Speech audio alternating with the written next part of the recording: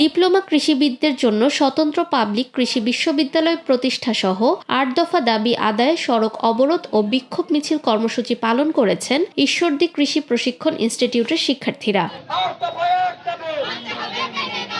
২২ December সোমবার সকালে পর্ব সমাপনী পরীক্ষা বর্জন করে শিক্ষার্থীরা শহরের রেলগেট এলাকায় প্রায় ১.৫ ঘণ্টা ব্যাপী এ কর্মসূচি পালন করেন। এ সময় সড়কের দুই পাশে সব ধরনের যান চলাচল বন্ধ হয়ে যায়। এতে উভয় পাশে শতাধিক যানবাহন আটকা পড়ে চরম ভোগান্তির সৃষ্টি হয়।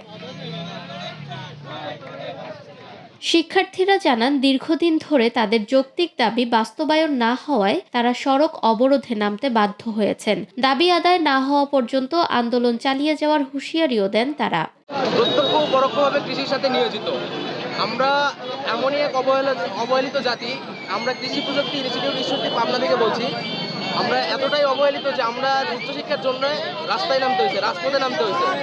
তো আমরা মনে করি কৃষকের সবথেকে কাছের বন্ধু হচ্ছে একজন উপসহকারী কৃষি কর্মকর্তা।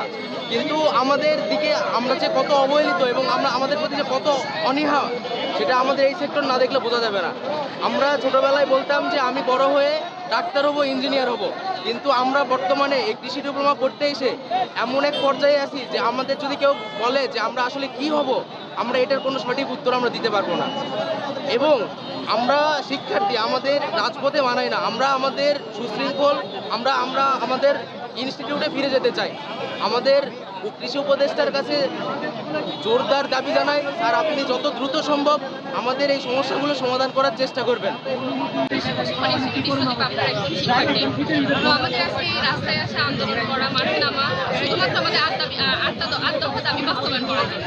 তো আজ থেকে ঠিক 2024 সালের এপ্রিল মাসের 21 তারিখে আজ থেকে ঠিক 8 মাস পূর্বে আমরা যখন খামার বাড়িতে যাই, তখন জাহাঙ্গীর স্যার আমাদের হচ্ছে আশ্বাস দেন যে হচ্ছে তোরা আমার সন্তানের মতো, আমরা তোদের 8 দফা দাবি ভেবে দেখব। কিন্তু আজ থেকে ঠিক তার 8 মাস পরে আমরা এখনো কোনো ফলাফল দেখতে পাইনি।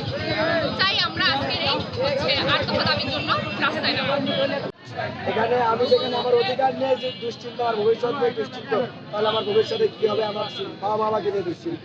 আমার বাবা আমাকে টাকা খরচ করে লেখাপড়া করাচ্ছে, কিন্তু আমি তার বাবা মাকে ফল দিতে পারছি না। আমি ডিপ্লোমা শেষ করে আমি বসে থাকছি 4 বছর, আমি কোনো চাকরি পাচ্ছি না। কেন এসব করছে? আমরা কৃষি নিয়ে পড়ি, তাই আমার দেশ তাহলে কৃষি প্রধান কেন? এর জবাব চাই, এর জবাব যথেষ্ট দিতে হবে। আটটা দাবি পূরণ না হওয়া পর্যন্ত রাজপথ ছাড়বো না। আমরা কোনো প্রমোশনের সুযোগ পাই না, আমরা শুধু ওই 10ম গ্রেডেই থেকে যাই। আমরা চাই আমরা 10ম গ্রেডের মাধ্যমে আমরা প্রমোশন হয়ে আমরা নিচে যেতে চাই। এরপর আমাদের তৃতীয় দাবি আমাদের নিয়মিত সার্কুলার নেই। আমাদের যে সার্কুলার হয়, একটা সার্কুলার 2 বছর 3 বছর পর হয়। এখানে আমরা অনেক বেকারত্ব হতাশায় ভুগে যাই যখন আমাদের একটা সার্কুলার নিয়মিত পাই না। এই জন্য আমরা চাই আমাদের নিয়মিত সার্কুলার দেওয়া হোক। আমাদের 4র্থ নম্বর দাবি আমাদের ক্যাম্পাসে ইনস্টিটিউটে শিক্ষক সংখ্যক, আমাদের সংশ্লিষ্ট বিষয়ে শিক্ষক নেই। আমরা চাই আমাদের পর্যাপ্ত শ্রেণী শিক্ষকের মাধ্যমে আমাদের নিয়মিত পাঠদান চলুক। এরপর আমাদের 5ম দাবি ছিল আমাদের বিভিন্ন কৃষি গবেষণা কেন্দ্রে বৈজ্ঞানিক সহকারী নামে একটি পদ আছে। সেই পদে শুধু আমরা চাই ডিপ্লোমা কৃষিবিদরা যেতে চাই। সেখানে আমাদের ছাড়াও আমাদের বাইরেও ইন্টার পাস করে তারা আসে এখানে আবেদন করতে পারে। সেখানে আমরা চাই সেটা শুধুমাত্র আমাদের জন্য সে পদটি সংরক্ষিত হোক। আমাদের 6ষ্ঠ দাবি আমাদের একটা ফাউন্ডেশন ট্রেনিং আছে। আমরা যখন চাকরি পাই, উপসহকারী চাকরি পাওয়ার পর আমাদের ফাউন্ডেশন ট্রেনিংয়ের জন্য কোনো ব্যবস্থা নাই। 10 দিন 15 দিনের আমাদের ব্যবস্থা, কিন্তু আমরা চাই সেটা 3 মাস থেকে 6 মাসের একটা প্রশিক্ষণ দেওয়া হবে, তারপর আমরা চাকরিতে জয়েন করব। আমাদের 7ম দাবি হচ্ছে আমাদের ইন্টার্নি ভাতা। আমাদের সব জায়গাতে ইন্টার্নি ভাতা প্রদান করা হয়, কিন্তু আমাদের এই কৃষি ডিপ্লোমা সেক্টর ইন্টার্নি ভাতা পাই না। আমরা যখন ব্লকে যাই ইন্টার্নি করি, তখন আমাদের উপসহকারী পৃথিবীতে ঘুরতে হয়, আমাদের বিভিন্ন জায়গায় যেতে হয়, যাতায়াত ভাড়া দিয়ে যেতে হয়। সেই সময় আমরা নিজের পকেটে যাই। আমরা চাই আমাদের এই ইন্টার্নি ভাতা প্রদান করা হোক। খবর পেয়ে ঘটনাস্থলে উপস্থিত হন উপজেলা নির্বাহী কর্মকর্তা আরিফুর রহমান, ঈশ্বরদী সার্কেলের অতিরিক্ত পুলিশ সুপার প্রণব কুমার, উপজেলা কৃষি কর্মকর্তা আব্দুল মমিন সহ আইনশৃঙ্খলা রক্ষাকারী বাহিনীর অন্যান্য সদস্যরা। তারা শিক্ষার্থীদের সঙ্গে আলোচনা করে অবরোধ তুলে নেওয়ার অনুরোধ জানান। পরে দাবি মেনে নেওয়ার আশ্বাস দিলে শিক্ষার্থীরা সড়ক থেকে সরে গেলে যান চলাচল স্বাভাবিক হয়।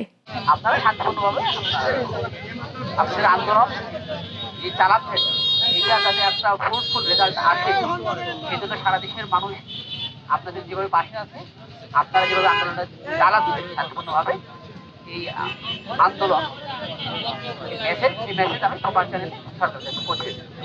আমি সবাইকে ধন্যবাদ জানাবো এবং সবাইকে শেষ করে এখান থেকে চলে যাওয়ার জন্য অনুরোধ জানাবো।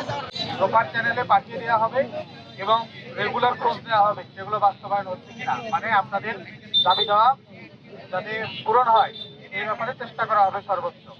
আপনাদের মেসেজ দেওয়ার উদ্দেশ্যেই তো এখানে আসছেন, আপনাদের মেসেজ রিসিভ করা হয়েছে।